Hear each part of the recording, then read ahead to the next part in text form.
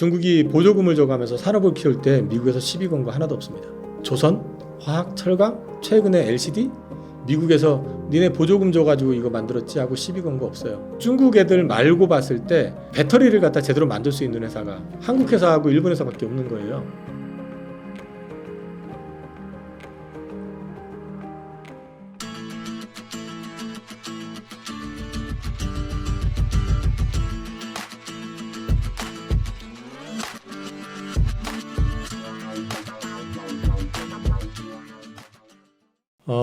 우선 미국 대선 결과가 가져다 줄 수 있는 거는 바이든이 이기느냐 트럼프가 이기느냐에 따라서 정도의 차이는 있을 거라고 봐요.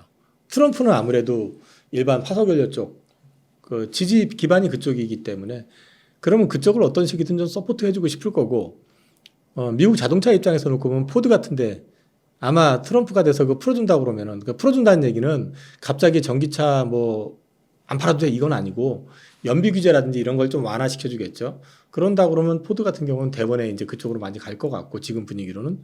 근데 지금 현재 GM이라든지 좀 어느 정도 준비되어 있는 쪽은 이미 전기차에 대해서 나름대로 GM 같은 경우는 올해 지금 그 흑자 낼 수 있다고 하고 있으니까 되게 중요한 거거든요. 왜냐면 전기차 시장에서 흑자를 내고 있는데 현재 테슬라, 중국 업체들은 보조금이니까 그건 제껴놓고 밖에 없어요.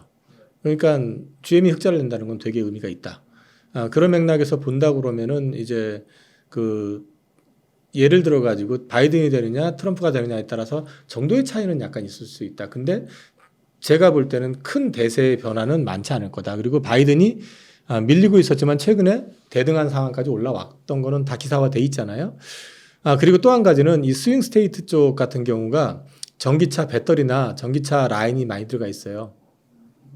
그 표심을 트럼프가 이제 대선인데 무시 못한다. 예, 그쪽에서 예를 들어 가지고 그거 전기차 생산 못하게 할 거야 막 이렇게 해버리고 그 거꾸로 뒤집어 놓고 얘기하면 니들 일자리 없앨 거야라는 얘기잖아요. 재밌는 게 이번에 그 바이든 대통령이 중국 전기차에 대해서 관세 100% 부과 얘기했잖아요. 트럼프 뭐라고 했습니까? 똑같이 100%. 아니 200% 한다고 그랬어요 자기가. 더 웃기는 건 뭔지 아세요? 그 전에 트럼프가 뭐라고 얘기했냐면 전기차는 미국에서 생산 못하게 하고 중국 같은 데서 생산하게 할 거라고 했던 사람이에요. 근데 자기가 자기 입으로 관세 200% 매기겠다고 선 거예요. 예, 그렇게 보시면 되고요. 그 다음에 이제 이 IRA법 관련해 가지고 항상 뭐 트럼프가 자기가 뭐 없애네, 뭐 못하게 하네, 별소리 다 했다는데 그거 아니고요. 중요한 거는 이 IRA법은 대통령령으로 뭐 없애고 할 수 있는 게 아닙니다. 상원, 하원 통과가 돼야 됩니다. 이번 대선은 상하원 선거가 다 맞물려 있고요. 지금은 보면은 민주당이 상원하고 대통령을 하고 있고 하원은 공화당이 하고 있잖아요. 근데 최근 여론조사는 하원은 또 민주당이 가져가는, 상원은 아슬아슬한 것 같고, 그 다음에 대통령은 뭐 누가 됐든 간에 그렇게 되면은 결국은 세 개를 다 한쪽이 못 가져가는 구조잖아요. 그렇게 된다 그러면은 IRA법은 유지가 될 수 있다. 그래서 이제 그거를 가지고 뭐 시비를 걸 수 있는 건 아니다. 그리고 말씀드린 것처럼 이제 단 트럼프는 연비 규제 완화라든지 이런 걸 가지고 이제 조금 분위기를 느슨하게 하려고 할 가능성은 있다. 그렇게 보시면 되고요. 그리고 또 한 가지는 이게 만약에 우리나라 자금만 가지고 미국의 2차 전지 셀업체들이 들어가 가지고 공장을 만들었다 그러면 뒤통수 맞을 수도 있는데 거의 다 합작이거든요. 미국 자본도 상당히 많이 들어가 있다. 그리고 지금 탄소와 관련해 가지고 이제 문제는 트럼프는 아니라고 주장하고 어차피 그 양반 나이가 있기 때문에 지는 살날 뭐 계산해봤자 그렇게 많지 않겠지만 지금 살아가고 있는 사람들 대다수가 느끼잖아요. 우리나라도 지금 느끼잖아요. 지금 이게 5월인데 이게 5월입니까 지금? 예. 그또 미국도 그렇고 지금 저기 제가 지난번에 왔을 때 그 얘기했던 것 같은데 동남아 같은 경우는 50도 넘어가는 데도 있다고 합니다. 이미 이상기온은 뭐 장난이 아니거든요. 그리고 이제 엘니뇨 다음에 라니냐 와가지고 곡물가 파동 나올 수 있다는 기사도 또 나오고 있고. 이제는 이거는 사실은 뭐 트럼프 혼자서 뭐 날뛴다고 해서 될 문제는 아니다. 그래서 큰 그림에서 변화는 없다. 다만 속도는 좀 완충시킬 가능성은 있다. 네네, 그 정도 보시면 될 것 같습니다. 일단 다른 그 내연기관 업체들 같은 경우는 이익을 전기차에서 내는 게 아니라 내연기관에서 내잖아요. 현대차 같은 경우 지금 역대급 이익 내는 거 다 그 제네시스 많이 팔아서 그냥 단적으로 얘기하면, 그러니까 차 한 대 팔아가지고 거기서 벌어들이는 돈이 많이 늘고 있거든요. 그 왜 늘어나냐면 과거에는 중저가차 모델이 상당히 많이 포션을 차지했었다면 지금은 SUV하고 그다음에 이제 제네시스 모델이 특히 많이 팔리니까 한 대를 팔아도 이익이 그만큼 더 남는 거죠. 이런 구조인데 지금 대부분의 그 자동차 업체들 같은 경우는 다 내연기관에서 수익을 내고 있고요. 앞서 말씀드린 것처럼 전기차를 팔아가지고 지금 제대로 된 수익을 내는 데는 테슬라밖에 없거든요. 테슬라의 수익원은 그 FSD 구독료하고 가입료 구독료하고 그 다음에 저기 전기차 그 양산을 하다 100만 대 이상 파니까 거기에 따라 가지고 이제 그 효율성 때문에 이제 마진이 나는 거 두 가지인데 10%가 넘게 이익이 나다 보니까 그걸 가지고 자기네들 판매량을 조정하는데 테슬라가 지금 한계가 뭐가 있냐면은 모델 수가 제한돼 있어요. 원래 자동차를 오래 만들던 회사는 아니잖아요. 그래서 지금 뭐 크게 보면은 모델 S, 모델 3, 모델 X, 그다음에 모델 Y 네 개 차종 그 안에 이제 디테일한 것들이 또 있긴 하지만 네 개 종류의 차종을 가지고 이제 판매를 하고 있잖아요. 그리고 신차 안 나온 지도 꽤 오래됐어요. 이거는 그러다 보니까 테슬라 쪽으로 유인하는 건 제일 처음에 전기차가 시중에서 보기가 드물었을 땐 신기했잖아요. 그러니까 얼리 어댑터들 입장에서는 가격이 얼마가 됐든 간에 남들 안 타는 거 내가 먼저 타고 과시하고 그다음에 요즘 유튜브 활성화되어 있으니까 그 후기 뭐 이런 거 올리고 막 이런 거 하는 사람들 위주로 많이 시장이 형성됐다 그러면 이제 대중화되는 단계에 있다 보니까 사람들이 맨날 그거 보면 질리잖아요. 신 모델을 필요로 하는 거고 그러니까 현대나 뭐 도요타나 이런 데가 계속 모델 업그레이드를 해나가는 거잖아요. 그런 데에서 이제 불리한 측면이 있고 또 하나는 이 가격을 낮춰도 이익률을 지킬 수 있다 상당 부분. 대신에 이제 그 수익률 그 영업이익은 줄겠죠. 마진을 낮추니까. 근데 그럴 수밖에 없는 게 여긴 전기차만 파니까. 딴 데는 내연기관에서 돈을 버니까 상관이 없지만. 근데 이제 그런 측면이 있고 또 가격을 자꾸 왔다 갔다 하는 이유가 뭐냐면 결국 가가지고 테슬라의 큰 시장 중에 하나가 중국이었는데 중국이 지금 중국 내부 전기차들 보조금 받아가지고 싸게 많이 뿌려대고 있잖아요. 경쟁이 붙었잖아요. 그러니까 가격 경쟁을 할 수밖에 없는 거예요. 그러니까 브랜드에서는 비교 안 될 정도로 테슬라가 위에 있지만 가격으로 붙으니까 여기도 가격을 얼추 낮춰줘야지 판매가 유지가 되는 그런 구조가 되다 보니까 가격을 올렸다 내렸다 하는 거고. 그 다음에 이제 이 비중국 지역, EU라든지 미국 같은 경우도 그동안에는 사실 관심 안 가졌던 심지어 토요타도 이제 전기차 만들겠다고 하고 혼다도 이제 북미에 공장 세우고 뭐 현대차는 막 이제 EGMP 시스템으로 이제 만들어내기 시작했고 경쟁이 붙잖아요. 근데 얘는 모델이 맨날 그 모델 가지고 파니까 신차 출시되고 그러면 이거 더 밀어내려면 가격을 좀 낮춰야 되고 이런 식으로 그렇게 지금 좀 유지가 되고 있는 거라고 보시면 되고요. 그 다음에 이제 테슬라의 전략은 저는 개인적으로 테슬라는 앞으로 시장 점유율은 계속 떨어질 거라고 봐요. 테슬라가 지금 지향하고 있는 거는 전기차 업체의 자동차 메이커라기보다는 FSD 소프트웨어 그걸 주력으로 해나갈 가능성이 높다. 그래서 이제 그쪽으로 아마 포인트를 잡아가지고 앞으로도 계속해가지고 자율주행 전문 회사, 소프트웨어 전문 회사로 이제 컨셉을 잡아가지 않겠느냐 보고 있고 실제로 이번 컨퍼런스 콜에서도 그거 관련해가지고 글로벌 자동차 회사 한 군데하고 이미 협상 중이다라는 얘기를 했거든요. 그러니까 이런 쪽에서 이제 앞으로 숫자가 나오면 테슬라는 이제 또 다른 밸류 평가를 받을 수 있을 거다. 전기차 시장 내에서의 테슬라의 위상은 좀 줄 거다. 그렇게 보고 있습니다. 사실 딜레마인데요. 사실 딜레마인데 이제 그 자동차 업체 입장에서 자율주행이 만약에 메인이 돼 버리잖아요. 그럼 자동차 만드는 회사들은 사실 별 볼 일 없는 회사가 될 수도 있어요.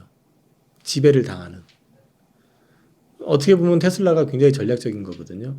그래서 말씀하신 것처럼 내부적인 어떤 그런 것들을 오픈 안 할 수도 있다고 하는데 근데 사실 좀 심하게 얘기를 하면 전기차 내에서 자율주행 시스템을 제외하고 봤을 때 차별점이 뭐가 그렇게 큰 게 있겠냐는 생각을 해볼 필요도 있어요. 그 얘기는 무슨 얘기냐면 그 현대차 같은 경우는 모셔널을 통해서 자율주행 소프트웨어를 자체적으로 지금 만들고 있거든요. 왜냐하면 현대차는 그런 하청업체가 되기 싫은 거예요. 좀 심하게 얘기를 하면 애플이 지금 아이폰 만들 때 중국의 폭스콘, 대만의 폭스콘이죠. 걔네들한테 하청 줘서 야 껍데기 만들어 와 그러면 자기네들이 심어가지고 하는 거잖아요. 그럼 자동차가 그 꼴 날 수도 있는 거거든요. 그럼 이 자동차 업체들이 누릴 수 있는 마진 폭은 줄어들게 될 수밖에 없잖아요. 그렇기 때문에 이제 이 시장을 놓고도 싸움이 있을 수밖에 없어요. 그런데 전부가 그거를 다 개발할 수 있는 능력을 갖출 수 있느냐는 건 또 다른 문제예요. 생각해 볼 문제거든요. FSD를 지금 8월 상용화를 지금 얘기하고 있잖아요. 로보택시 얘기하면서. 그러면 그거가 이제 본격적으로 상용화돼서 돌아다니기 시작하는데 생각을 또 달리 해보면 그렇게 된다는 건 아니고요. 하나의 가정인데 만약에 지금 이 자율주행 관련된 소프트웨어가 제대로 갖춰져 있는 데가 없으니까 누군가가 먼저 딱 손을 잡아가지고 야, 너희 거 우리가 쓸게. 같이 가자. 어차피 테슬라는 전기차 쪽을 뭐 이렇게 키우는 쪽에 관심이 없다고 치면 그럼 이 회사 입장에서는 자율주행 소프트웨어를 갖다가 테슬라 거를 같이 쓰게 되면서 시장을 키울 수 있는 기회를 또 가질 수도 있는 거죠.